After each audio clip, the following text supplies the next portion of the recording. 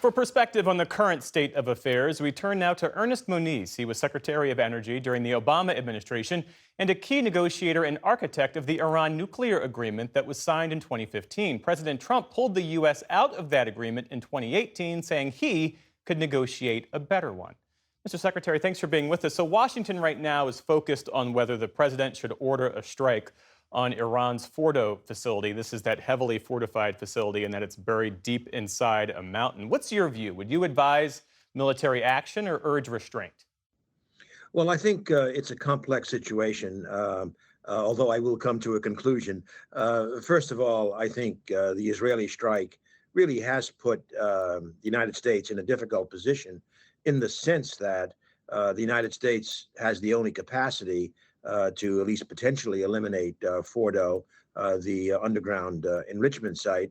And without doing that, frankly, the campaign to eliminate Iran's nuclear program, even temporarily, obviously would not be at all complete.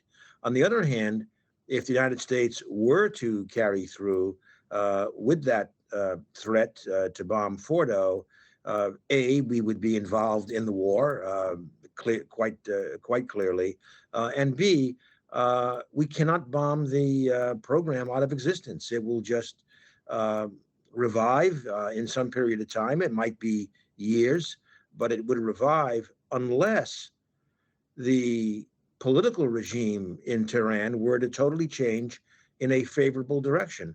That's a big gamble.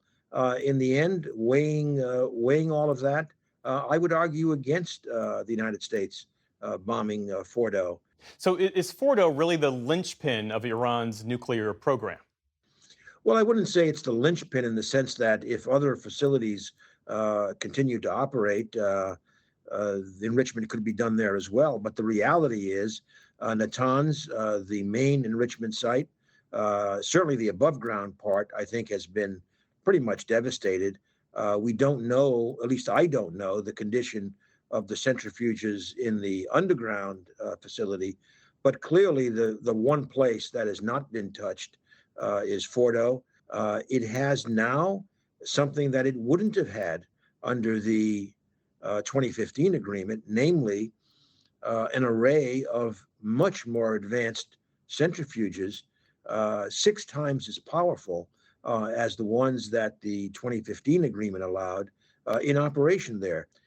In 2015, when we reached the JCPOA agreement, the Iran agreement, Iran was operating about 19,000 centrifuges. Now, about 1,000 of their advanced centrifuges would be enough to produce the material for a bomb every year. So, on that point, how close do you believe Iran is to producing a nuclear weapon? The U.S. intelligence community said previously that not only was Iran not focused on producing a nuclear weapon, that they were years away from being able to produce and deliver one. Just today, President Trump said he didn't really care what the U.S. intel assessment is, that he believes Iran is weeks away from producing a nuclear weapon. Where do you land? Well, I think we're comparing apples and oranges here. First of all, Iran, as we know, had enriched uranium for no good civilian reason, to about 60% purity enrichment. That's very, very close to the 90% that you would need for a significant nuclear weapon. And they had enough material there to produce probably about 10 weapons. And they could reach that weapons grade material within weeks, no question about it. Having weapons grade uranium is the most challenging part of making a nuclear weapon, but it's not the entire weapon. So what the intelligence community statement is about is what it would take then to go from the material to, I would say, an advanced nuclear weapon that could be seated on and delivered by a missile. Given the material, I think Iran would go for a much cruder nuclear weapon, one that could be delivered not on a missile, but by other means, trucks, ships, etc. It's been shown that they have a hard time delivering weapons on Israel, certainly weapons of any major size. So I think that's a bigger challenge for Iran. How would they actually deliver a weapon? Given the material they have, they could pretty easily covertly develop and put together a crude weapon. But again, they have to be able to deliver it, and that's not trivial.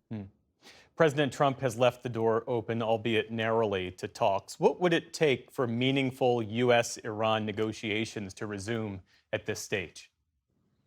Well, at this stage, I certainly don't think serious negotiations can take place until the hostilities between Israel and Iran are over, and that assumes that the United States has not gotten directly involved in the war, other than for defensive purposes in helping to defend Israel against missiles and drones. I think there's been a fairly public, frankly, preparation by the military to be able to carry out a bombing of Fordo with a very, very large conventional so-called bunker buster.